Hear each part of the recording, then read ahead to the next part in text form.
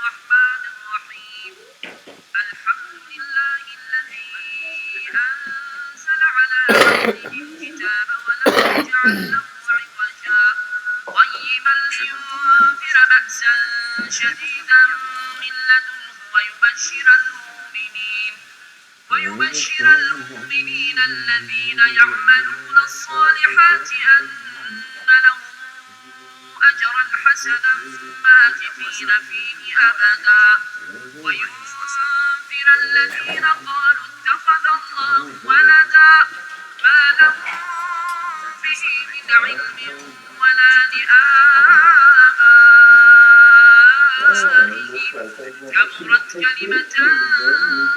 تخرج من أفواههم إن يقولون إلا كذبا فلعلك باخع نفسك على آثارهم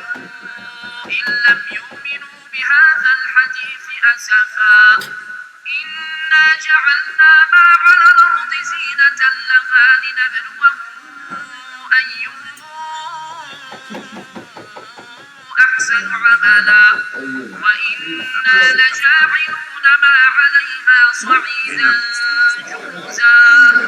أم حسبت أن أصحاب الكهف والرقيم كانوا من آياتنا عجبا إذا والفتية إلى الكهف فقالوا ربنا آتنا من لدنك رحمة وهيئ لنا من أمرنا رشدا فضربنا على آذانهم في الكهف سنين عددا ثم بعثناهم لنعلم أي الحزبين أحصى لما لبثوا أمدا نحن نقص عليك نبأهم بالحق إنهم فتيتنا آمنوا بربهم وزدناهم هدى وربنا على قلوبهم إذ قاموا فقالوا ربنا رب السماوات والأرض لن ندعو من دونه إلها لقد قلنا إذا شططا هؤلاء قوم اتخذوا من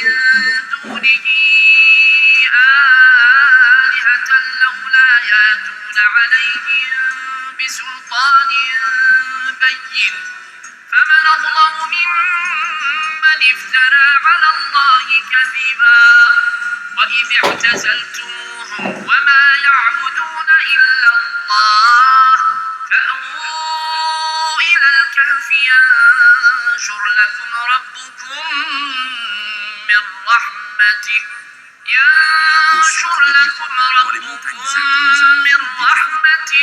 ويهيئ لكم من أمركم مرفقا وترى الشمس إذا طلعت تزاور عن كهفهم ذات اليمين وإذا غربت تقرضهم ذات الشمال وهم في فجوة منه ذلك من آيات الله من يهد الله فهو المهتد ومن يضلل فلن تجد له وليا مرشدا وتحسبهم أيقاظا وهم رقود ونقلبهم ذات اليمين وذات الشمال وكلبهم باسط ذراعيه بالوصيد لو اطلعت عليهم لوليت منهم فرارا ولملئت منهم رعبا وكذلك بعثناهم ليتساءلوا بينهم قال قائل منهم كم لبثتم قالوا لبثنا يوما أو بعض يوم قالوا ربكم أعلم بما لبثتم فابعثوا أحدكم بورقكم هذه إلى المدينة فلينظر أيها أزكى طعاما فليأتكم برزق منه وليتلطف ولا يشعرن بكم أحدا إنهم إن يظهروا عليكم يرجوكم أو يعيدوكم في ملتهم ولن تفلحوا إذا أبدا وكذلك أعثرنا عليهم ليعلموا أن وعد الله حق وأن الساعة لا ريب فيها إذ يتنازعون بينهم أمرهم فقالوا ابنوا عليهم بنيانا ربهم أعلم بهم قال الذين غلبوا على أمرهم لنتخذن عليهم مسجدا سيقولون ثلاثة رابعهم كلبهم ويقولون خمسة سادسهم كلبهم رجما بالغيب ويقولون سبعة وثامنهم كلبهم قل ربي أعلم بعدتهم ما يعلمهم إلا قليل فلا تمار فيهم إلا مراء ظاهرا ولا تستفت فيهم منهم أحدا ولا تقولن لشيء إني فاعل ذلك غدا إلا أن يشاء الله واذكر ربك إذا نسيت وقل عسى أن يهديني ربي لأقرب من هذا رشدا ولبثوا في كهفهم 300 سنين وازدادوا 9 قل الله أعلم بما لبثوا له غيب السماوات والأرض أبصر به وأسمع ما لهم من دونه من ولي لا يشرك في حكمه أحدا واتل ما أوحي إليك من كلام مبدل لكلماته ولن تجد من دونه ملتحدا واصبر نفسك مع الذين يدعون ربهم بالغداة والعشي يريدون وجهه ولا تعد عيناك عنهم تريد زينة الحياة الدنيا ولا تطع من أغفلنا قلبه عن ذكرنا واتبع هواه وكان أمره فرطا وقل الحق من ربكم فمن شاء فليؤمن ومن شاء فليكفر إنا أعتدنا للظالمين نارا حاط بهم سرادقها وإن يستغيثوا يغاثوا بماء كالمهل يشوي الوجوه بئس الشراب وساءت مرتفقا إن الذين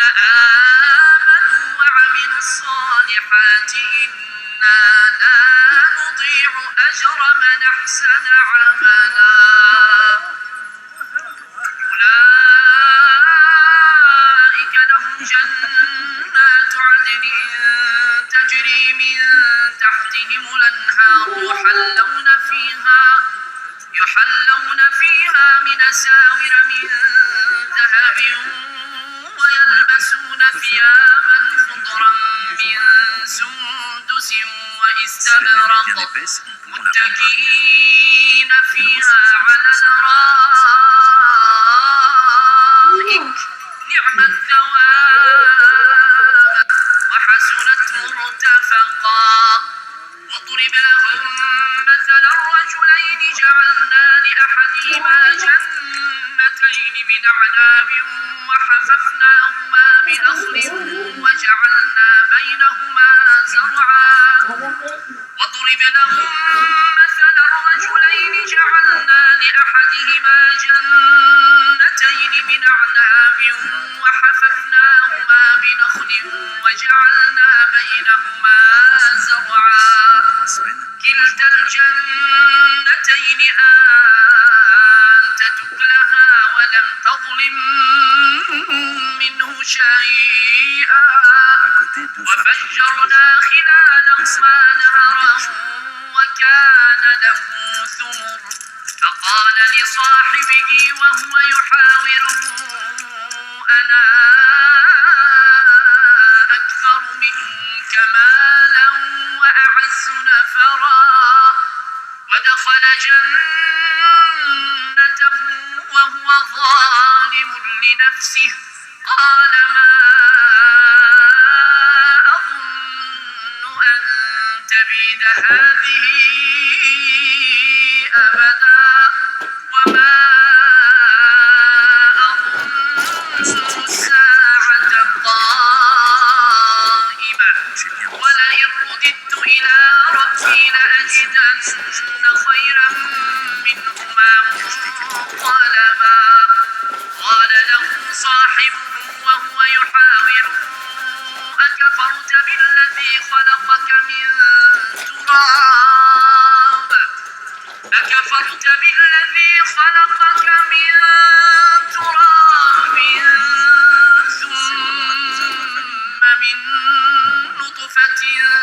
ثم سواك رجلا لكن هو الله ربي ولا أشرك بربي أحدا ولولا إذ دخلت جنتك قلت ما شاء الله لا قوة إلا بالله إن ترني أنا أقل منك مالا وولدا فعسى ربي أن يؤتيني خيرا من جنتك ويرسل عليها حسبانا من السماء فتصبح صعيدا زلقا أو يصبح ماؤها غورا فلن تستطيع له طلبا وأحيط بثمره فأصبح يقلب كفيه على ما أنفق فيها وهي خاوية على عروشها ويقول يا ليتني لم أشرك بربي أحدا ولم تكن له فئة ينصرونه من دون الله وما كان منتصرا هنالك الولاية لله الحق هو خير ثوابا وخير عقبا واضرب لهم مثل الحياة الدنيا كماء أنزلناه من السماء فاختلط به نبات الأرض فأصبح هشيما تذروه الرياح وكان الله على كل شيء مقتدرا المال والبنون زينة الحياة الدنيا والباقيات الصالحات خير عند ربك ثوابا وخير أملا ويوم نسير الجبال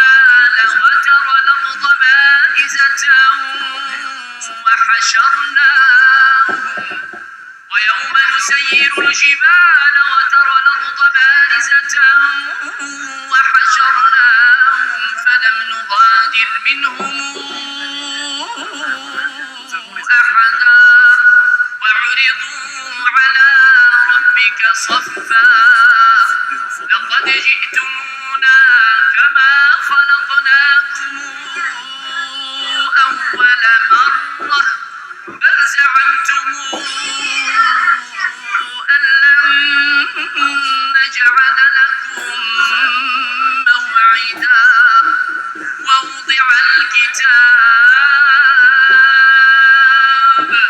ووضع الكتاب فترى المجرمين مشفقين مما فيه ووضع الكتاب فترى المجرمين مشفقين مما فيه ويقولون يا ويلتنا ما لهذا الكتاب ويقولون يا ويلتنا ما لهذا الكتاب لا يغادر صغيرة ولا كبيرة إلا أحصاها ووجدوا ما عملوا حاضرا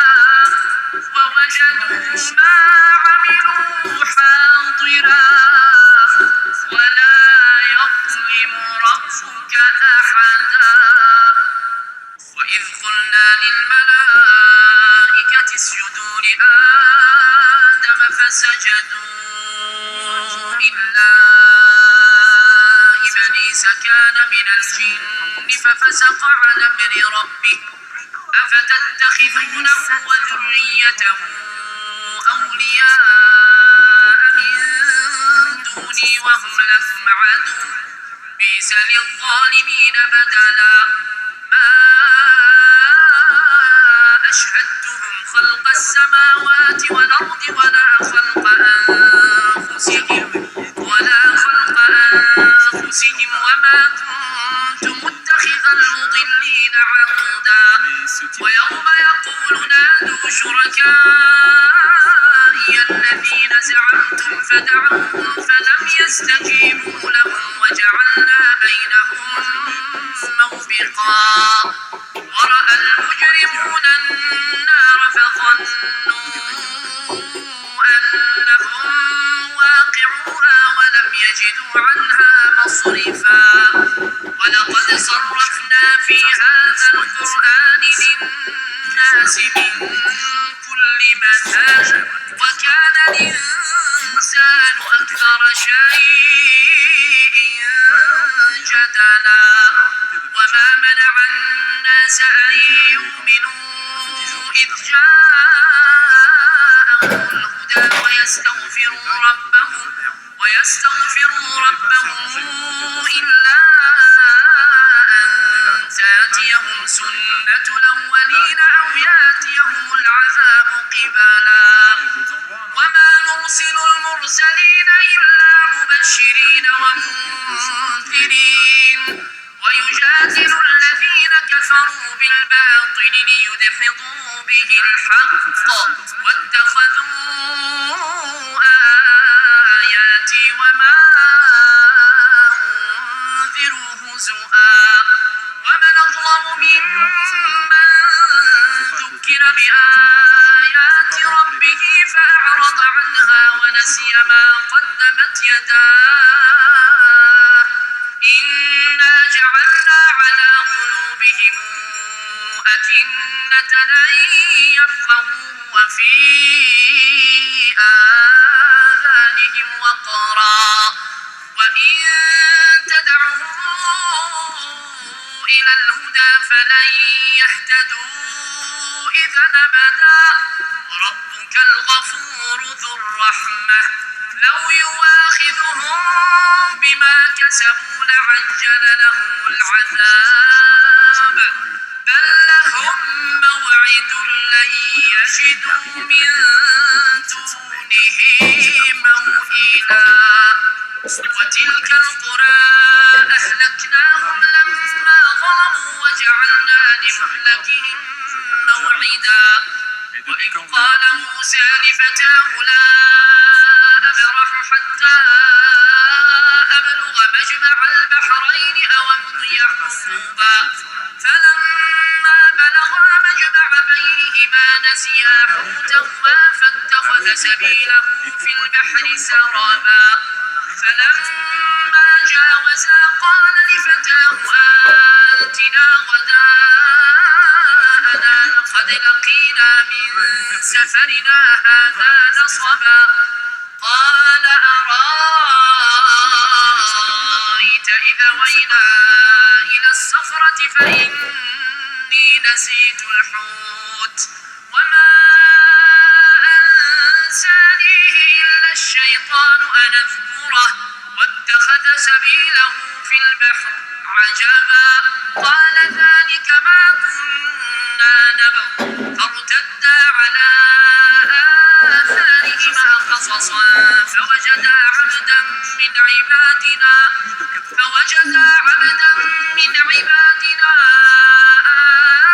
آتيناه رحمة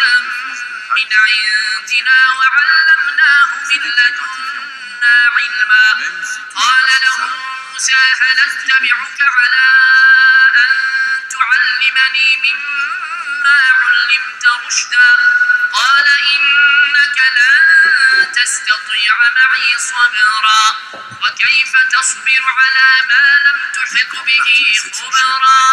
قال ستجدني إن شاء الله صابرا ولا أعصي لك أمرا قال فإن اتبعتني فلا تسألني عن شيء حتى أحدث لك منه ذكرا فانطلقا حتى إذا ركبا في السفينة خرقها قال أخرقتها لتغرق أهلها لقد جئت شيئا إمرا قال ألم قل إنك لن تستطيع معي صبرا قال لا تؤاخذني بما نسيت ولا ترهقني من أمري عسرا فانطلقا حتى إذا لقيا غلاما فقتله قال أقتلت نفسا زاكية بغير نفس لقد جئت شيئا نكرا قال ألم أقل لك إنك لن تستطيع معي صبرا قال إن سألتك عن شيء بعدها فلا تصاحبني قد بلغت من لدني عذرا فانطلقا حتى إذا أتيا أهل قرية استطعما أهلها فأبوا أن يضيفوهما فوجدا فيها جدارا يريد أن ينقض فأقامه قال لو شئت لاتخذت عليه أجرا قال هذا فراق بيني وبينك سأنبئك بتاويل ما لم تستطع عليه صبرا أما السفينة فكانت لمساكين يعملون في البحر فأردت أن أعيبها وكان وراءهم ملك يأخذ كل سفينة غصبا وأما الغلام فكان أبواه مؤمنين فخشينا أن يرهقهما طغيانا وكفرا فأردنا أن يبدلهما ربهما خيرا منه زكاة وأقرب رحما وأما الجدار فكان لغلامين يتيمين في المدينة وكان تحته كنز لهما وكان أبوهما صالحا فأراد ربك أن يبلغا أشدهما ويستخرجا كنزهما رحمة من ربك وما فاصبري ذلك تاويل ما لم تسطع عليه صبرا ويسألونك عن ذي القرنين قل سأتلو عليكم منه ذكرا ويسألونك عن ذي القرنين قل سأتلو عليكم منه ذكرا إنا مكنا له في الأرض وآتيناه من كل شيء سببا فاتبع سببا حتى إذا بلغ مغرب الشمس وجدها تغرب في عين حمئة ووجد عندها قوما قلنا يا ذا القرنين إما أن تعذب وإما أن تتخذ فيهم حسنا قال أما من ظلم فسوف نعذبه ثم يرد إلى ربه فيعذبه عذابا نكرا وأما من آمن وعمل صالحا فله جزاء الحسنى وسنقول له من أمرنا يسرا ثم اتبع سببا حتى إذا بلغ مطلع الشمس وجدها تطلع على قوم لم نجعل لهم من دونها سترا كذلك وقد أحطنا بما لديه خبرا ثم اتبع سببا حتى إذا بلغ بين السدين وجد من دونهما قوما لا يكادون يفقهون قولا قالوا يا ذا القرنين إن ياجوج وماجوج مفسدون في الأرض فهل نجعل لك فرجا على أن تجعل بيننا وبينهم سدا قال ما مكني فيه ربي خير فأعينوني بقوة نجعل بينكم وبينهم رحما آتوني زبر الحديد حتى إذا ساوى بين الصدفين قال انفخوا حتى إذا جعله نارا قال آتوني أفرغ عليه قطرا فما استطاعوا أن يظهروا وما استطاعوا له نقبا قال هذا رحمة من ربي فإذا جاء وعد ربي جعله دكا وكان وعد ربي حقا وتركنا بعضهم يومئذ يموج في بعض ونفخ في الصور فجمعناهم جمعا وعرضنا جهنم يومئذ للكافرين عرضا الذين كانت أعينهم في غطاء عن ذكري وكانوا لا يستطيعون سمعا أفحسب الذين كفروا أن يتخذوا عبادي من دوني أولياء إنا أعتدنا جهنم للكافرين نزلا هل تنبئ بالأخسرين أعمالا الذين ضل سعيهم في الحياة الدنيا وهم يحسبون أنهم يحسنون صنعا أولئك الذين كفروا بآيات ربهم ولقائه فحبطت أعمالهم فلا نقيم لهم يوم القيامة وزنا ذلك جزاء جهنم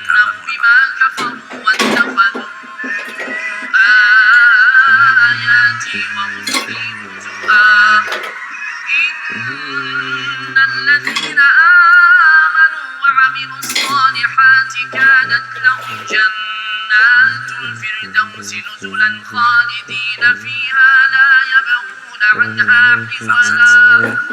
قل لو كان البحر مدادا لكلمات ربي لنفد البحر قبل أن تنفد كلمات ربي ولو جئنا بمثله مددا قل إنما أنا بشر مثلكم يوحى إلي أنما إلهكم إله واحد فمن كان يرجو لقاء ربه فليعمل عملا صالحا ولا يشرك بعبادة ربه